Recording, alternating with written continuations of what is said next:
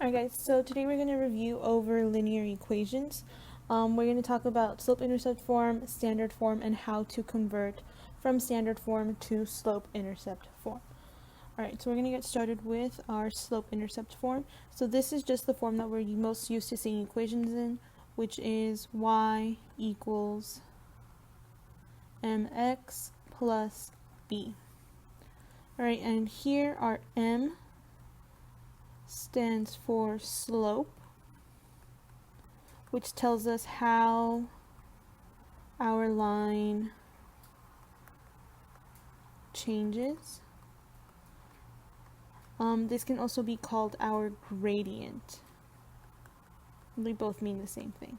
Alright, you guys might have also seen this as rise over run, or change in y over change in x, or y2 minus y1 over x2 minus x1.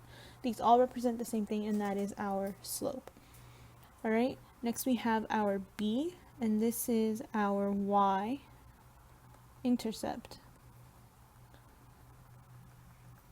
which is where x equals 0, or where our line crosses the y-axis.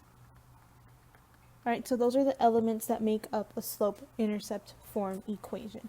So some examples that you might see of that are going to look like y equals 2x plus 1, or y equals negative 1/3 x minus 4, or y equals negative 3x plus 5. Those are all examples of slope-intercept form equations. Alright, standard form looks a little bit different. So how you're going to see this written in its general form is going to be a y plus b x equals c. So like in our slope-intercept form, we have our y's and our x, and we have our constant. This looks a little bit different just because we don't have y by itself. So when we have a standard form equation, we always want to convert it to y equals mx plus b, and we do that by solving for y. So we want to solve for y.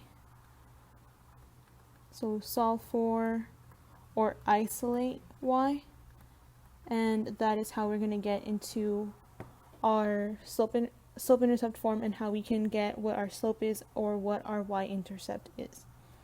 Alright, so some examples of how you might see a standard form equation is going to be 3y plus 2x equals 9, or 2y plus 6x equals 4, or even negative 4y minus x equals 8. All of these are examples of standard form equations, and we can convert all of those into a slope-intercept form equation. So I'm going to pick one of these. Let's just go with this first one, and I'm going to show you guys how we convert from standard form to slope-intercept form. Alright, so we're going to start with the equation 3y plus 2x equals 9. So again, our objective is to get this y by itself. So we have to do a little bit of equation manipulation and algebra here. So in order to get that y by itself, I have to get rid of this 2x first. So I'm going to subtract that from both sides, which is going to leave me with 3y by itself. That's going to cancel because it gives me 0. Equals, I'm going to bring down my 9, and I cannot subtract the 2x from the 9 because the 9 does not have an x. So we're going to bring the entire 9 down, minus 2x. Alright, we're almost there. Our last step is going to be to divide that 3y by 3.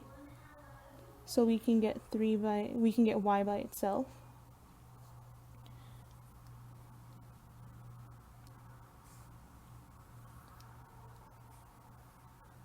Like that. So now I have y equals 9 divided by 3 is 3 minus 2/3 x.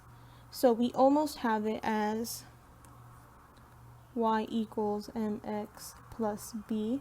The only thing that we're missing is we just need to switch that negative 2/3 y and that 3.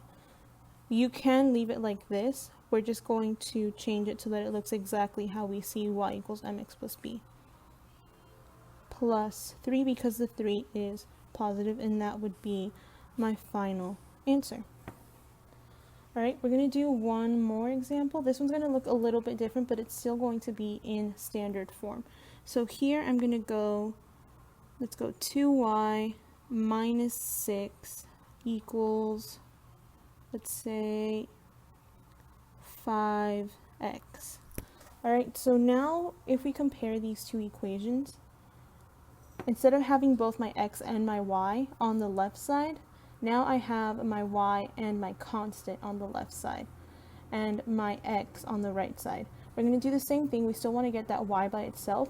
It's just going to look a little bit different. So I'm going to do the same thing. I'm going to start by getting rid of that minus 6. So we do opposite operations.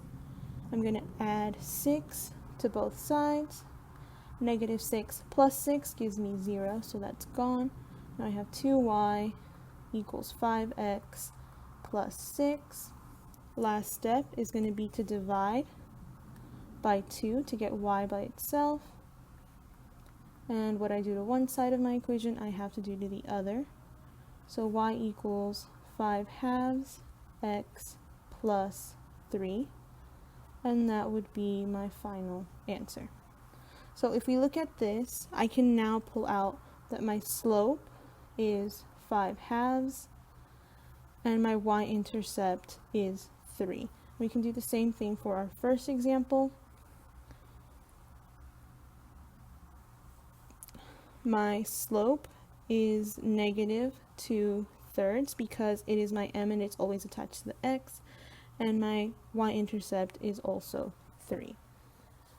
Alright, these notes are going to be put up on your Google Classroom so you can look at them while you do your practice and your exit ticket, and I will see you guys hopefully during office hours.